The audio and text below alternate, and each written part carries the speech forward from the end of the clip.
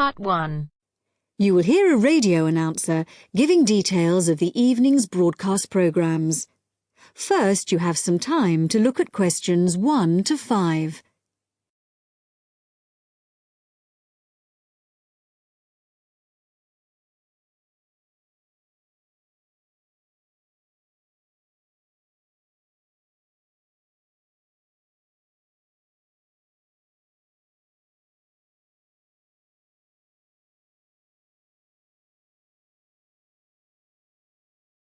Now listen carefully and answer questions 1 to 5.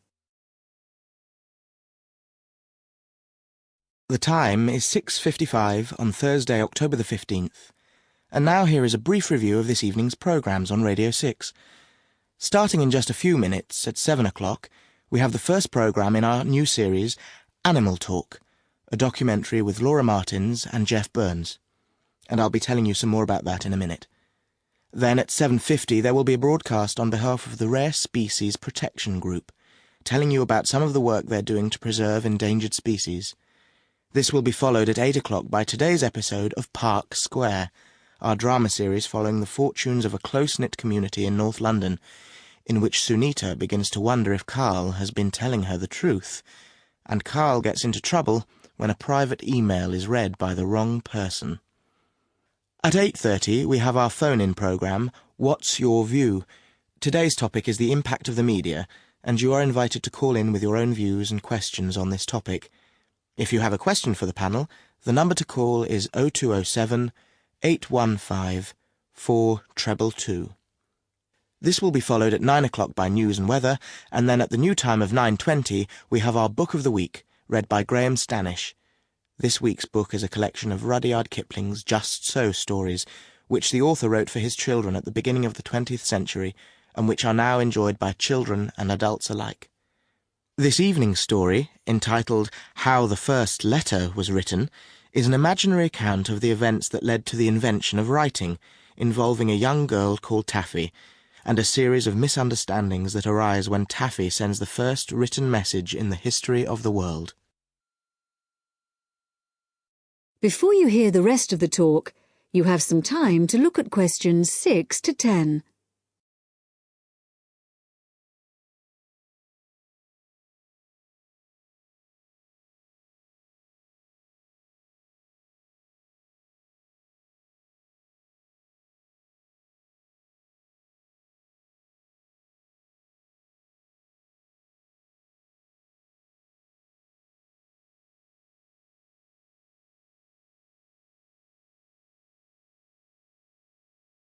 Now listen and answer questions 6 to 10.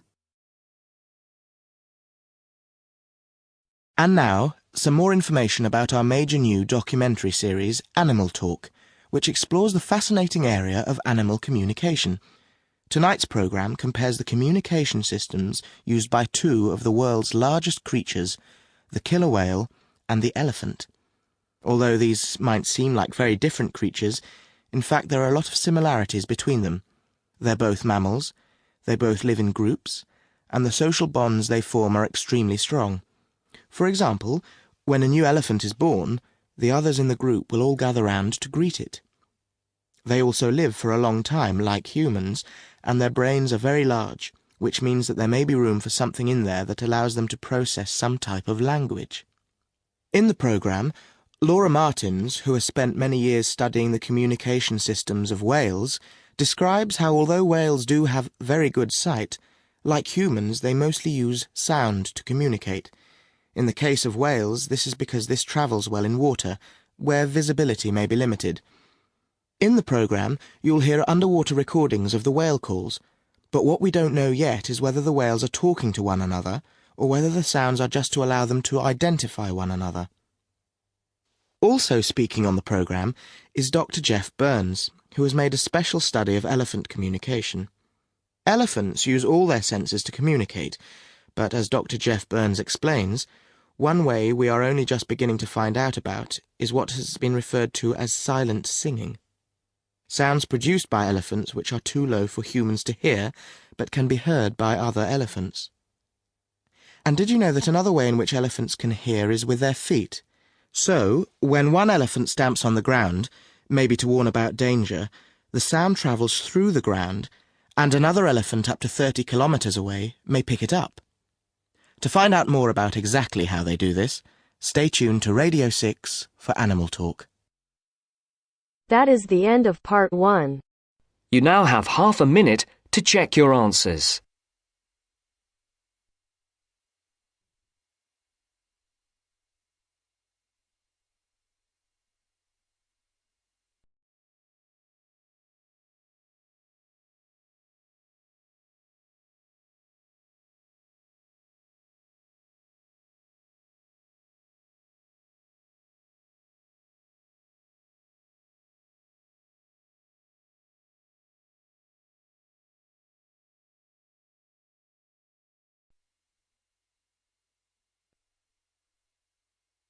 Now turns to part 2.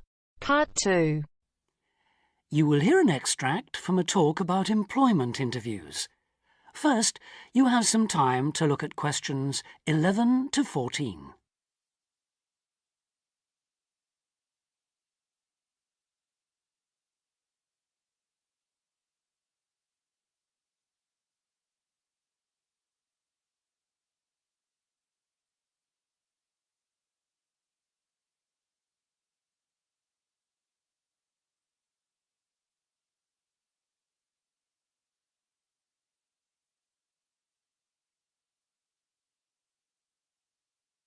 Now listen carefully and answer questions 11 to 14. Today I have with me Sandy Richardson of the local Workforce Center, and she'll be talking about that critical step towards the goal of employment, the interview. Sandy, what is an interview for, and what's the best way to approach it? A job interview is simply a meeting between you and a potential employer to discuss your qualifications and see if there is a fit. The employer wants to verify what they know about you and talk about your qualifications. If you have been called for an interview, you can assume that the employer is interested in you. The employer has a need that you may be able to meet, so it's your goal to identify that need and convince the employer that you're the one for the job. As everyone knows, interviews can be stressful, but when you're well prepared, there's no reason to panic. Preparation is the key to success in a job search, and you can begin by collecting together all the documents you may need for the interview, such as extra copies of your resume, lists of references, and letters of recommendation. You could also take some work samples, selecting from what you have designed, drawn, or written, for instance. And make sure you have a pen and pad of paper for taking notes. The next step is to find out about the post. The more you know about the job, the employer, and the industry, the better prepared you will be to target your qualifications. Always request a job description from the employer and research employer profiles at the Chamber of Commerce or local library. You could also try to network with people who work for the company or with employees of companies associated with it. The next step is to match your qualifications to the requirements of the job. A good approach is to write out your qualifications along with the job requirements. Think about some standard interview questions and how you might respond. Most questions are designed to find out more about you, your qualifications, or to test your reactions in a given situation. If you don't have any experience or skills in a required area, think about how you might compensate for those deficiencies. Before you hear the rest of the talk, you have some time to look at questions 15 to 20.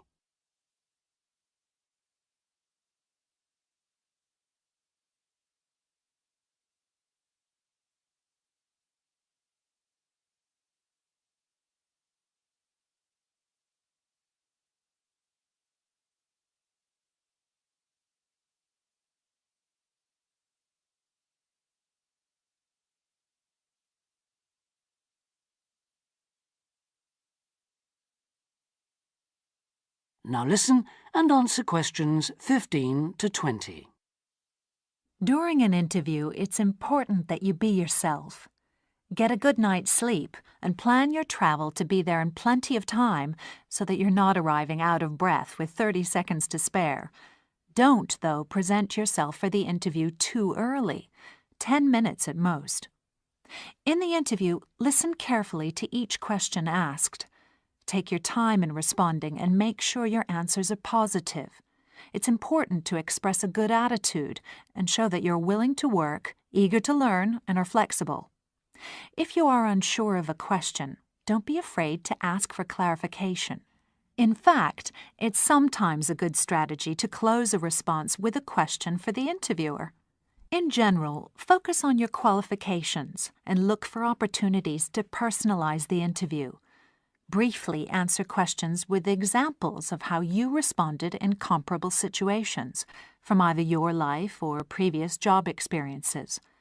Something you should avoid are yes or no responses to questions, but don't dwell too long on non-job-related topics. Use caution if you are questioned about your salary requirements. The best strategy is to avoid the question until you have been offered a job. Questions about salary asked before there is a job offer are usually screening questions that may eliminate you from consideration, so be warned. On the other hand, it isn't inappropriate to show your enthusiasm if your first impressions of the interview and of the employer are good ones. So, if the job sounds like what you are looking for, say so. Keep in mind that the interview is not over when you are asked if you have any questions. Come prepared to ask a couple of specific questions that again show your knowledge and interest in the job. Close the interview in the same friendly, positive manner in which you started. When the interview is over, leave promptly. Don't overstay your time. Think about the interview and learn from the experience. Evaluate the success and failures. The more you learn from the interview, the easier the next one will become. You'll become much more confident. To close, here are a few more tips. First, maintain good eye contact throughout the interview and be aware of nonverbal body language. Second, dress a step above what you would wear on the job. Go to the hairdressers, have a shave, etc. Remember that your appearance is a key indicator of whether you have the right attitude, so it can pay to give some thought to how you look. And finally, don't be a clock watcher. That is the end of part 2. You now have half a minute to check your answers.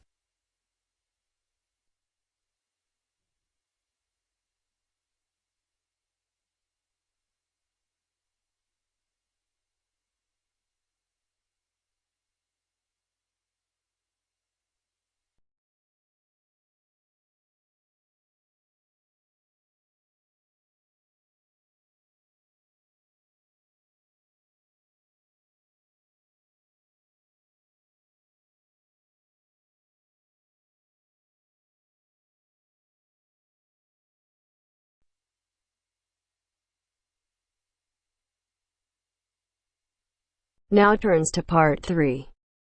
Part 3. You will hear a woman called Phoebe, who is training to be a teacher, talking to her tutor called Tony about research she has done in a school. First, you have some time to look at questions 21 to 25.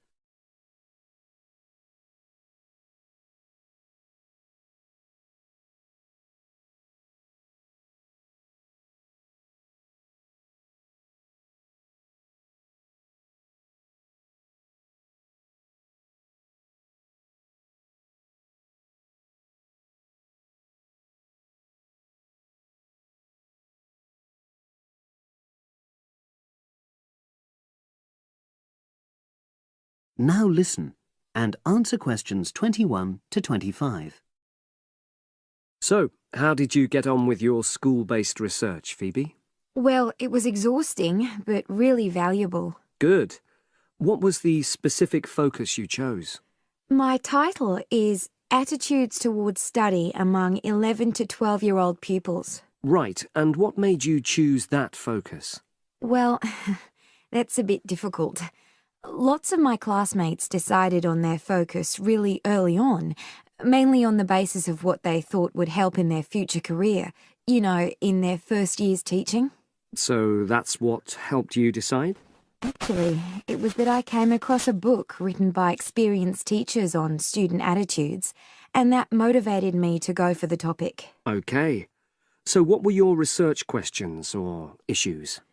Well, I wanted to look at the ways students responded to different teachers, particularly focusing on whether very strict teachers made teenagers less motivated. And from your research, did you find that was true? No, not from what I saw, you know, from my 5 days observation, talking to people and so forth. OK. We'll talk about the actual research methods in a moment, but before that, can you briefly summarise what your most striking findings are? Well, what really amazed me was the significant gender differences. I didn't set out to focus on that, but I found that boys were much more positive about being at school. Girls were more impatient. They talked a lot about wanting to grow up and leave school. Very interesting. Yeah, it is. From doing the research, it was clear to me that you might start out to focus on one thing, but you pick up lots of unexpected insights. Right. Did you get any insights into teaching? Yes, certainly.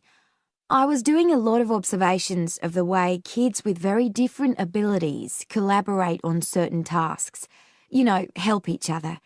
And I began to realise that the lessons were developing in really unexpected ways. So what conclusion do you draw from that? Well, I know it's necessary for teachers to prepare lessons carefully, but it's great if they also allow lessons to go their own ways. Good point. Now, I'm really pleased to see you doing this. Analysing and drawing conclusions based on data. But surely this isn't proper data. Because it's derived from such small-scale research. Well, as long as you don't make grand claims for your findings, this data is entirely valid. I like the way you're already stepping back from the experience and thinking about what you've learned about research. Well done. But I know I could have done it better. As you become more experienced, you'll find ways to reduce the risk of difficulties. Okay. Now you have some time to look at questions 26 to 30.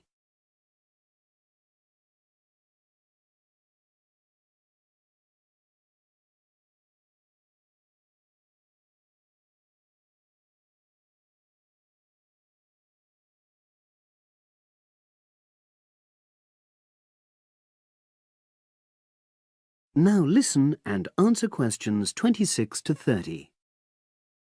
So, let's look in more detail at how you gathered your data. Let's start with lesson observation. Well, it generally went quite smoothly. I chose my focus and designed my checklist. Then teachers allowed me into their classes without any problems, which surprised me. It was afterwards that the grueling work started. Yeah, it's very time-consuming, isn't it? Making sense of analysing your observation notes. Absolutely. Much more so than interview data, for example. That was relatively easy to process, though I wanted to make sure I used a high-quality recorder to make transcription easier. And I had to wait until one became available. Right. And did you interview some kids as well? In the end, yes. I talked to 10, and they were great. I'd imagined I'd be bored listening to them, but... So it was easy to concentrate? Sure. One of the teachers was a bit worried about the ethics, you know, whether it was right to interview young pupils, and it took a while for him to agree to let me talk to 3 of the kids in his class, but he relented in the end. Good. What other methods did you use? I experimented with questionnaires, but I really regret that now. I decided to share the work with another student, but we had such different agendas it ended up taking twice as long. That's a shame.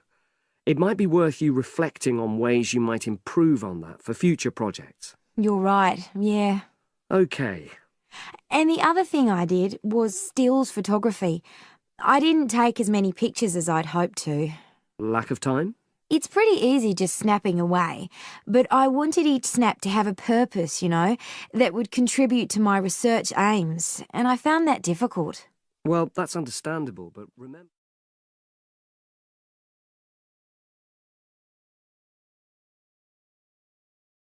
That is the end of part 3. You now have half a minute to check your answers.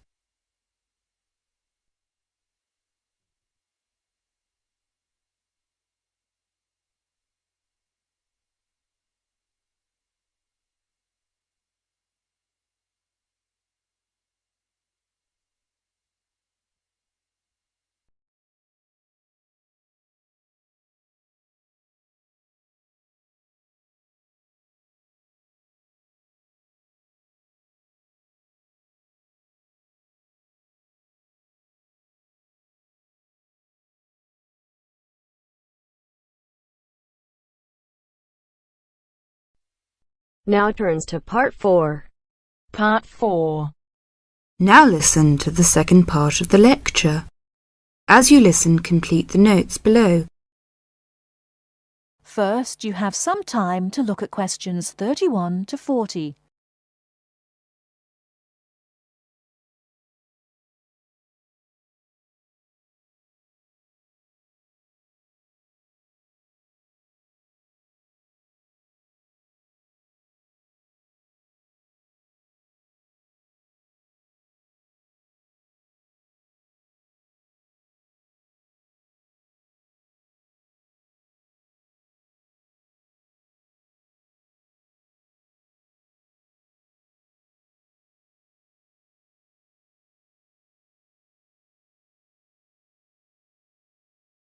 Now listen carefully and answer questions 31 to 40.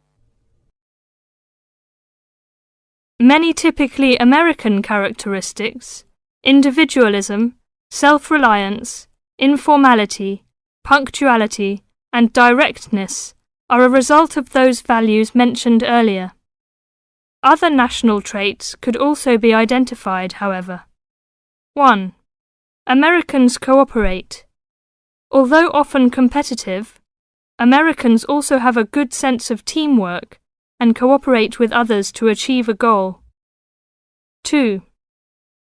Americans are friendly, but in their own way. In general, friendships among Americans tend to be shorter and more casual than friendships among people from other cultures. This has something to do with American mobility and the fact that Americans do not like to be dependent on other people. Americans also tend to compartmentalize friendships, having friends at work, family friends, friends on the softball team, etc. 3. Americans ask a lot of questions, some of which may to you seem pointless, uninformed, or elementary. Someone you have just met may ask you very personal questions. No impertinence is intended. The questions usually grow out of a genuine interest. 4. Americans tend to be internationally naive. Many Americans are not very knowledgeable about international geography or world affairs. They may ask uninformed questions about current events and may display ignorance of world geography. Because the US is not surrounded by many other nations, some Americans tend to ignore the world. 5. Silence makes Americans nervous. Americans are not comfortable with silence. They would rather talk about the weather than deal with silence in a conversation. 6. Americans are open and usually eager to explain. If you do not understand certain behavior or want to know what makes Americans tick, do not hesitate to ask questions. Just as values and traits differ somewhat from one culture to another, so do the personal habits associated with good manners and courtesy. While very often there does not seem to be any particular reason why a particular way of doing something is considered good manners, observing these cultural rules will make Americans more comfortable with you, and therefore you with them. It is, of course, impossible to cover all the possibilities here. If you are unsure in a situation, just ask. Americans like to be helpful. 1. Queuing up or lining up is essential.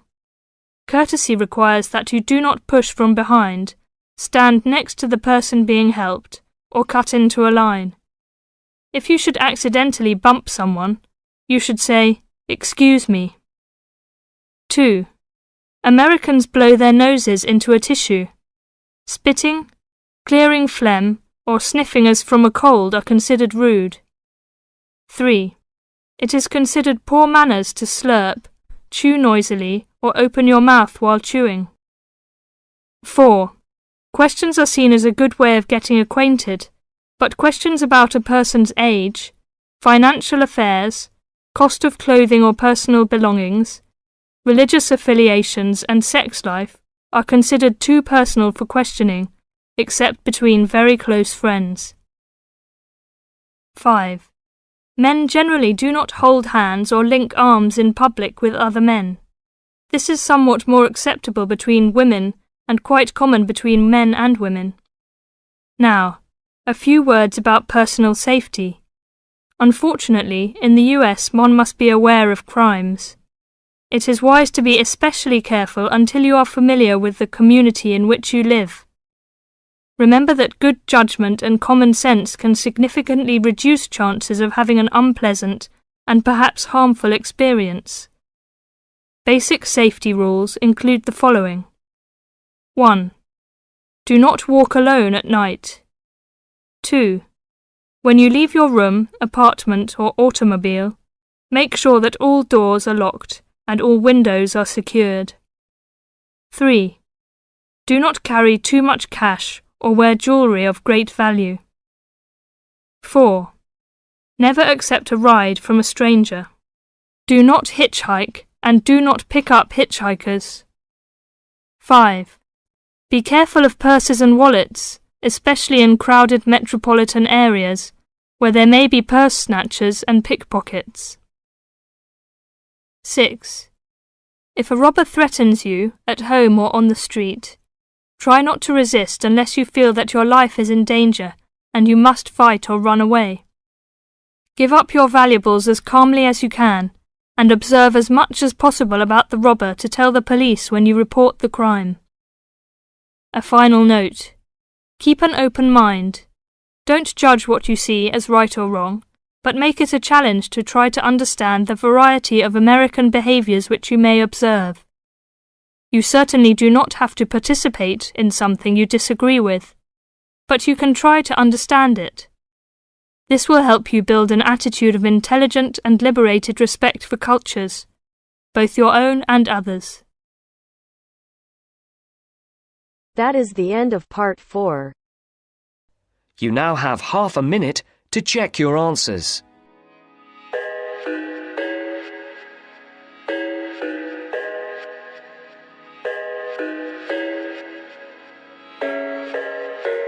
I thought I had it figured out, believed in us, we were meant to be, no doubt. A teenage love, everybody else could see the way we were, living in a fantasy. When I kiss her, I don't know